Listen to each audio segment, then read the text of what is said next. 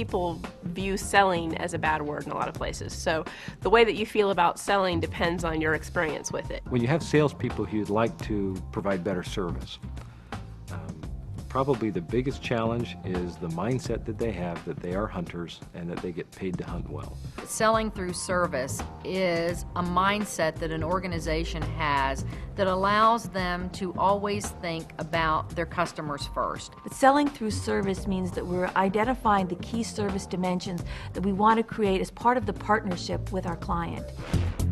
Selling through service seems like a simple concept, whether you want to increase service in the sales relationship or sales in the service relationship.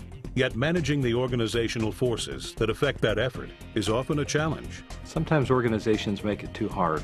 They think about how can I take a service organization and turn them into a sales organization, forgetting that if it is the same thing, their people are already motivated to do what they want them to do. Organizations that want service people to upsell and cross-sell often take a formulaic approach. And they're handed a script, and they're expected to incorporate that comfortably and confidently in their everyday routine.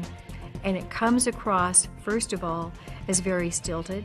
It's a huge turnoff to the customers when they hear it because it doesn't sound normal and natural. Organizations that want salespeople to serve their customers better may fail to communicate the bottom line value of service. So in a lot of organizations, service just means retaining the customer, making them happy, asking what they, doing what they ask you to do. Whereas selling through service means that you're not just retaining the customer, but you're actually taking advantage of the opportunity to grow that relationship because you see opportunities to expand it. For both groups, service providers and salespeople, the principle is the same. There are still organizations out there where, the sales organization is seen as king and the service organization is always following.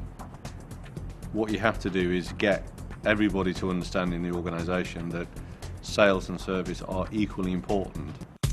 How can you make selling through service a living part of your culture? Think about a holistic strategy. What is it you're trying to accomplish? How are you going to measure that?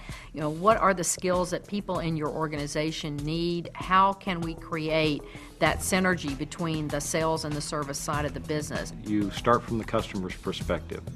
You look at a transaction a customer might have with your company, and you start to map out those points, those defining moments where customers are judging the interaction, and you go back and try to find out during each one of those what the customer is expecting, what the customer is actually experiencing, how important in the grand scheme of things that specific defining moment is, and then that allows you to find out those defining moments, those points during the interaction that you can actually make a difference. What benefits can your organization gain when you make selling through service a vital part of your business? The easy answer is money. And so when you look at a service organization, a lot of times they're looked at as a cost to the organization. If you can get the service organization to be revenue generating, then they're an asset. But more importantly, I think, is what people think of their relationship with an organization. A lot of times, the way they characterize that relationship is based on those service interactions.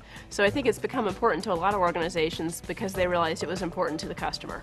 I believe that you will see a resurgence in customer service, that organizations are going to see that it's critically important to do that focus, to keep that focus on customer service, to be able to grow. And I think that that will be a big important message to consumers, because as a consumer, many people say, I'm frustrated that the level of service isn't where it needs to be.